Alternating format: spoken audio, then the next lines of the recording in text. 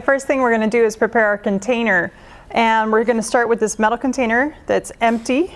Then we're going to take this chicken wire pillow that I made. Just took a small section of chicken wire, folded it over, secured the ends, and then pulled it apart so that the holes line up. Then I'm going to place that right kind of resting and nestled in my container. And I want to secure it with some waterproof floral tape. And I'm going to use green floral tape today. So this is a specific kind of florist tape. You can't use just any tape that you have lying around. You need to purchase the waterproof floral tape. And when you're using it on a metal container like this, it's better to have the kind of waterproof tape that is more like the consistency of duct tape. Quack, quack. Clunk. All right, so because I'm not going to be using super heavy stems today, I could get away with just a cross of tape, but the more proper way to secure floral architecture like this is to do 4 strips of tape.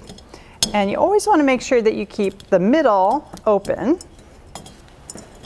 And you do 4 across, and then you go around the lip to secure those strips of tape.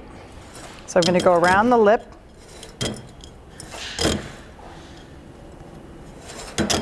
And that prevents it from popping off.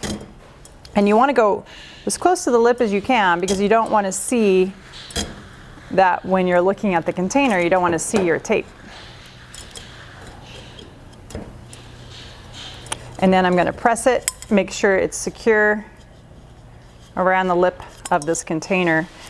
And then once I have the edges secure, I could go back with my floral knife or cutters, and I can trim any pieces that are too long that are going to be seen. So I'll do that. And then the next thing is to add water and flower food.